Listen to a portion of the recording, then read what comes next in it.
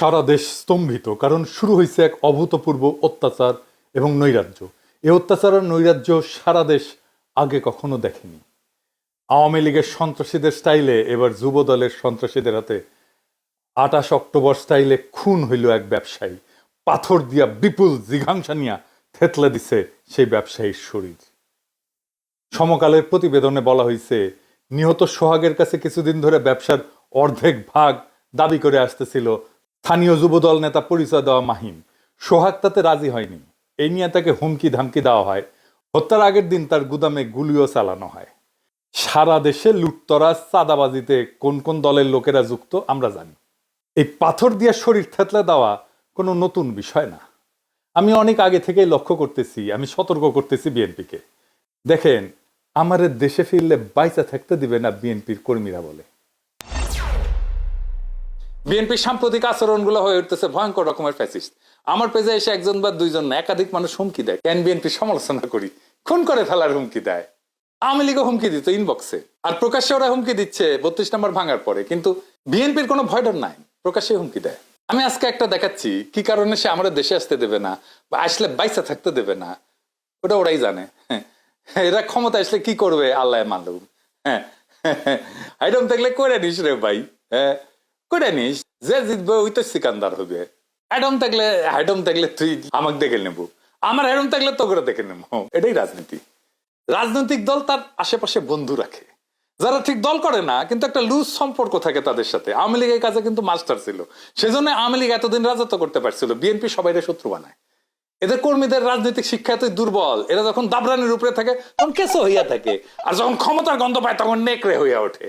যাই হোক, এগুলো নিয়ে আলাপ করবো পরে। নির্বাচন আসুক, ক্যাম্পেইন করে দেবো, দেখাই দেবো জনগণকে কাদের ভোট দিতেছেন। দেখেন, কিছুই হবে না হয়তো, কিন্তু আমি খায় না খায় কন্টেন্ট বানাবো। শুধু আমার যে গালিগুলো দিছে বিএনপির কর্মীরা, সেগুলো কম্পাইল করলে না 10টা এপিসোড হয়ে যাবে। আমার এই যদি মাইরা ফেলাইতে চায় তাহলে তো একজন সাধারণ ব্যবসায়ীকে থেতলাইয়া দেবেই। গতকালকের ভিডিওতে একজন বলতেছে, বিএনপির কর্মী, যে হিন্দু, আমি হিন্দু, তাই বাংলাদেশে আমি অশান্তি লাগাই দিতে চাই মুসলমানদের মধ্যে। চিন্তা করেন, এইটা যদি বিএনপির একজন কর্মীর রাজনৈতিক চিন্তা হয়, সেই বিএনপি দেশকে কি দেবে? আমার আর ইলিয়াসের ছবিতে যদি জুতা মারতে পারে, তাহলে একজন সাধারণ মানুষকে খুন করতে তো সমস্যা হবেই না। আমাদের বলে মালাউন, বিএনপির কর্মীরা গালি দেয় মালাউন বইলা। তো এই দল আগামীর বাংলাদেশে নেতৃত্ব দিতে পারবে? পারবে না। আজ বাংলাদেশে মিছিল হয়, টিনের সালে কাউয়া, তারেক জিয়া সাউয়া। শুনেন,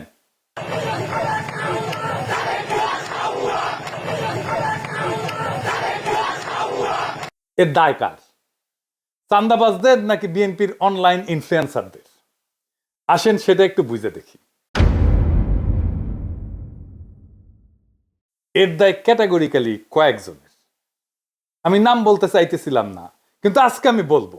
আমি তালিকা করে আজকে নাম বলবো। এই তালিকায় প্রথমে থাকবে ফাহাম আব্দুল সালাম, শাহেদ আলম, রাশেদ, বুলডগ মির্জা, অ্যাপোলো, জুলকারনাইন সায়েদ, রুমিন ফারহানা, ফজলু পাগলা, কথা কামাল, মারুফ, বিএনপির সাথে অ্যালাইন্ড হওয়া সিপিবি বামপন্থী ঘটনার লোকেরা এবং আরো কয়েকজন। এরা ইন্টেলেকচুয়ালি বিএনপিকে পথভ্রষ্ট করছে নিতান্ত নির্বুদ্ধিতা থেকে এবং বিগ ইগো থেকে।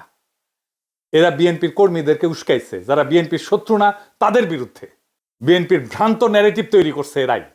হুদাই ছাত্রদের, এনসিপি, প্রফেসর ইউনূসের সরকার, জামাত শিবিরের পিছনে লাগছে এরাই সেই ন্যারেটিভ তৈরি করছে। ওয়াকারের সাথে দোস্তালি করছে এরাই। এর ফলে বিএনপির কর্মীরা সারা দেশে দিগ্ভ্রান্ত হয়েছে। পলিটিক্স বুঝতে পারেনি, রাজনীতি বুঝতে পারেনি, আজকার করণীয় কি বুঝতে পারে নাই। বিএনপির নেতৃত্ব বিভ্রান্ত হয়েছে। এখন কইতে পারেন, বিএনপির নেতৃত্ব কি লায়ক না যে তাদের বিভ্রান্ত করা যায়? তাদেরকে যে বিভ্রান্ত করা যায় তারা যে লায়ক না, এটা তো আমরা হাসিনা বিরোধী লড়াই দেখছি, তাই না? সেজন্যই তো বিএনপি এই লড়াইয়ের নেতৃত্ব দিতে পারে নাই। তাই বিএনপির পলিটিক্যাল ম্যাচুরিটি কেমন সেটা নিয়ে প্রশ্ন তোলা যায় আছে। আমি বিরামহীনভাবে বিএনপির এই ভুল রাজনৈতিক কৌশল নিয়ে কথা বলছি। বিএনপি মনে করিছে বিএনপির আমি পাকা ধানে মই দিতেছি, হ্যাঁ, অথচ এরা বোঝে নাই আমার বিএনপির সাথে অ্যালাইন্ড হয়ে যাওয়াটাই সবচেয়ে সহজ ছিল। আমার উপরে ঝাঁপে পড়িছে। এই ঝাঁপে পড়ার ইন্টেলেকচুয়াল সাপোর্ট দিছে এই লোকগুলো যাদের নাম আমি বলছি। এরা হেন নোংরামো নাই যেটা তারা করে নাই। তো এর ফল কি? ফল তো একটাই, পিনাকির বালটাও ফেলতে পারে নাই। আর বাংলাদেশের রাস্তায় স্লোগান ওঠে, টিনের সালে কাউয়া, তারেক রহমান। আবার শুনেন,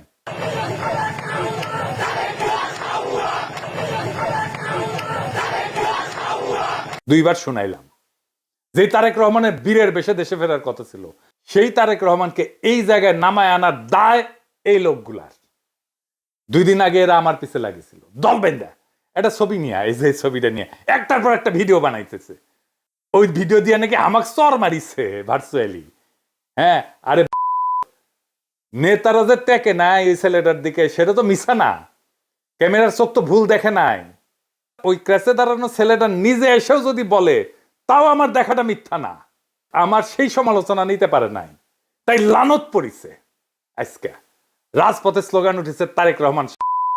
ইডেনে ছাত্র দলকে হল ছাড়ার আলটিমেটাম দিছে। এই ইডেন থেকে ছাত্রলীগ আর আওয়ামী লীগ বিতাড়নের শুরুটা শুরু হয়েছিল, মনে আছে না? আমি যে সমালোচনা করেছিলাম, সেই ছবিতে বুড়া নেতারা একজন আহতের দিকে না তাকায় নিজেরা গল্প করতেছিল, সেই সমালোচনা তারা নিতে পারে নাই। আর আজ তারা লজ্জায় মুখ দেখাতে পারতেছে না।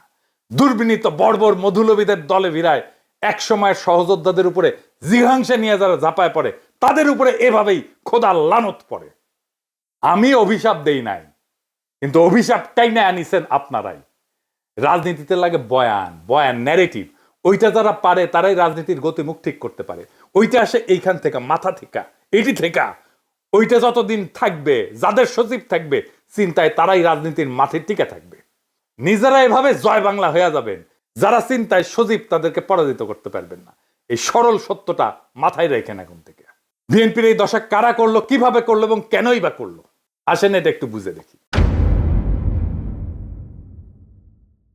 ওয়াকার আর তার পাশ পোষা ডিজিএফআই এর প্ল্যান এটা। বিএনপি যখনই ইন্ডিয়ার খপ্পর থেকে বাইরে হয়েছে, তখনই বিএনপির চান্দাবাজ দুর্বৃত্ত অংশকে আশকারা দিয়ে মাঠে নামাইছে ডিজিএফআই। তাদের ইন্টেলেকচুয়াল সাপোর্ট দিছে বিরানি আলম, কচুঘাতি সহ অনেকেই, যারা বাংলাদেশে অ্যান্টি হাসিনা, অ্যান্টি ফ্যাসিস্ট রাজনীতি বুক দিয়ে আগলায় রাখতে পারে, তাদের বিরুদ্ধে ক্যাম্পেইন শুরু করছে এরা। এই কচুখেতি জুলকার নাইন সায়ের যা বলবে মনে করবেন এটা ওয়াকারের কথা, এটা ডিজিএফআই এর কথা। ও ডিজিএফআই থেকে মাসোহারা পায়। তারেক রহমান আর প্রফেসর ইউনূসের মিটিং হওয়ার পর আমি বলছিলাম ইন্ডিয়া আপাতত পরাজিত হয়েছে, কিন্তু ওয়াকার নতুন প্ল্যান নিয়ে মাঠে নামবে, মনে আছে না? ডিজিএফআই এর লক্ষ্যই ছিল বিএনপির বেপরোয়া অংশকে দিয়া এমন অবস্থা তৈরি করা যেন বিএনপি ঘৃণিত রাজনৈতিক শক্তিতে পরিণত হয়। ঠিক রাস্তায় আগাইছে। তাদের প্ল্যান পরিকল্পনা সফল কইরা দিছে এই কচুখেতিরা, এই বিরানি আলমেরা। এমনই প্ল্যান করছে ডিজিএফআই যেন বিএনপিকে একেবারে ধ্বংস করে দেওয়া যায়। আমরা যারা বিএনপির এই পতনকে দেশের বিপদ হিসেবে আইডেন্টিফাই করছিলাম, যখন বিএনপিকে অবধারিত পতন থেকে রক্ষার চেষ্টা করছিলাম, বিএনপির সমালোচনা শুরু করছিলাম, তখন ওই চিহ্নিত শয়তানগুলা আমাদের শত্রু হিসেবে চিহ্নিত করছিল, আমাদেরকে পরিচয় করাই দিয়েছিল বিএনপির কর্মীদের সামনে যে এরা বিএনপির শত্রু। এরা একে একে আমাদের কণ্ঠরোধ করার জন্য এমন কিছু নাই যা করে নাই।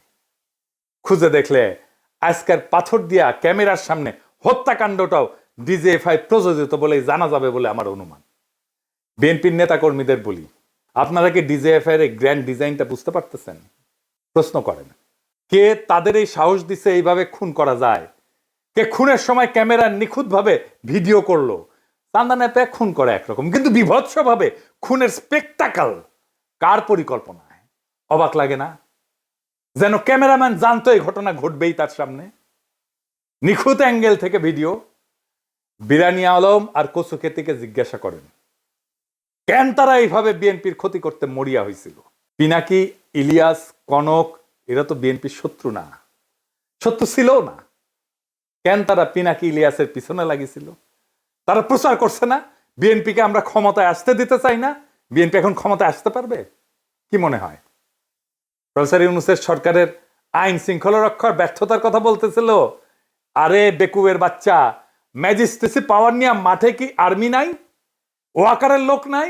তারা কি লাইতেছে? প্রথম আলোর সামনে তো ঠিকই আর্মি দিয়া গরু জবাই ঠেকাইতে গেছিল আর্মি। এই হত্যাকাণ্ড ঠেকাইতে পারে নাই কেন? চান্দাবাজ চান্দাবাজ কইয়া মুখে ফেনা তুলে ফেলছে। সাধারণ পাবলিককে পিটাইতেছে না আর্মি? পাশার মধ্যে পিটাইতেছে না? পাশা লাল কইরা দিতেছে না? আর্মি চান্দাবাজ ধরে পিটাইছে? একটাও পিটাইছে দেখান? করে নাই। করে নাই কারণ এইগুলা ওয়াকার পালে। আবার দেখেন এই নধর এ দাবি করিচ্ছে বিএনপির গুন্ডাদের ম্যানেজ করার জন্য বিএনপির ক্ষমতায় যাওয়া দরকার। এগুলোর এখন হোলসেলে ফাটরান বিএনপির কর্মীরা। আপনাদের বলতেছি, যদি বিএনপিকে রক্ষা করতে চান, এগুলাকে যদি হোলসেলে না থাপড়ান, বিএনপি রক্ষা পাবে না। বিএনপিকে এই জায়গায় এইগুলা নিয়ে আসছে, এই ছাপড়িগুলা। যেদিন থেকে বিএনপির কান্দে চাপিছে, সেদিন থেকে বিএনপির পতন শুরু হয়েছে। বিএনপির নেতাকর্মীদের এখন কি করণীয়? এইটা বিএনপির জন্য একটা ওয়েক আপ কল। বিএনপির কই আওয়ামী লীগের রাজনীতি করা বাদ দেন। ওয়াকার যে আপনাদের মারবে সেটা বিশ্বাস করেন এখন। ইন্ডিয়ার হাত ধরতে যায় না, আব্দুল নূর তুষারদের হিরো বানায় না, রুমিন আর ফজা পাগলারে বহিষ্কার করেন যদি বাঁচতে চান। আর কর্মীদের বলেন ছাত্রী আর কচু খেতিদের বয়ান দিয়া প্রভাবিত না হইতে। আর যা যা করছেন এতদিন এক সময়ের সহযোদ্ধাদের সাথে, তার জন্য পাবলিকের কাছে ক্ষমা চান, আমাদের কাছে ক্ষমা চাইতে হবে না। এনসিপি আর জামাত শিবিরের পিছে লাগা বন্ধ করেন, প্রফেসর ইউনূসের সরকারের পিছে লাগা বন্ধ করেন। এখনো টাইম আছে, আপনাদের ফিরে আসার সম্ভাবনা আছে। রাজনীতিটা করেন, কিভাবে করতে হবে রাজনীতি নিজে না বুঝলে আলাপ করেন, সাহায্য করব, পরামর্শ দিব। 2 সপ্তাহের মধ্যে পরিস্থিতি ঘুরে দেওয়া যাবে যদি কথা শুনেন আমাদের। আমার কথা শুনলে যে ফায়দা আছে তার প্রমাণ হইতেছে পিনাকিরে তো হুতাই দিতে চাইছিল আপনার দলের চাপড়িরাই। ওয়াকার আর কচু খেতিদের সাথে মিলা পারছে, পারে নাই। তাই কইতেছি, সিচুয়েশন কেমনে পাল্টাইতে হয় সেটার জন্য গুরু না মানেন, পরামর্শ নিলে ক্ষতি নাই। আর জামাত শিবির এনসিপি কে বলি, চান্দাবাজদের বিরুদ্ধে কথা বলেন, অসুবিধা নাই, কিন্তু বিএনপিকে দল হিসেবে, তারেক রহমানকে রাজনৈতিক নেতা হিসেবে আক্রমণ করেন না। এতে দেশের উপকার হবে না। বিএনপি মানে চান্দাবাজ না, বিএনপি মানে জিয়াউর রহমান, বিএনপি মানে খালেদা জিয়া, বিএনপি মানে আমাদের anti Baksal pioneer political platform. সেটা ধ্বংস হইলে বাংলাদেশ বিপদে পড়বে। বিএনপি আমাদের শত্রু না, বিএনপি আমাদের বন্ধু সহযোদ্ধা। তার উপরে অভিমান হইতে পারে, কিন্তু ঘৃণা করা চলে না।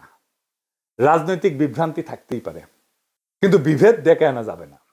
বিএনপি এই জাতির স্বতন্ত্র চেতনার এক অবিচ্ছেদ্য অধ্যায়। তারেক রহমান ভুল করতে পারেন, কিন্তু বিএনপিকে পুঙ্খানুপুঙ্খভাবে বাতিল করা মানে এদেশের গণতান্ত্রিক ধারাকে দুর্বল করা, এদেশের ফ্যাসিবাদ বিরোধী, ভারতীয় আগ্রাসন বিরোধী লড়াইকে দুর্বল করা। আমাদের শত্রু কিন্তু একটাই, ভারত সমর্থিত হাসিনার ফ্যাসিবাদ। সে জায়গায় দাঁড়ায় আমরা যদি নিজেদের ঘরে আগুন লাগাই, তবে মুক্তি আসবে না বাংলাদেশের মানুষের, আসবে বিভ্রান্তি আর ধ্বংস। তাই সমালোচনা করেন, সংশোধনের ডাক দেন, কিন্তু ধ্বংস ডেকে আনেন না। কারণ আমরা সবাই একই ঐক্যতানে বাঁধা, একই বিপ্লবের সৈনিক। এই সত্যটা ভুলেন না।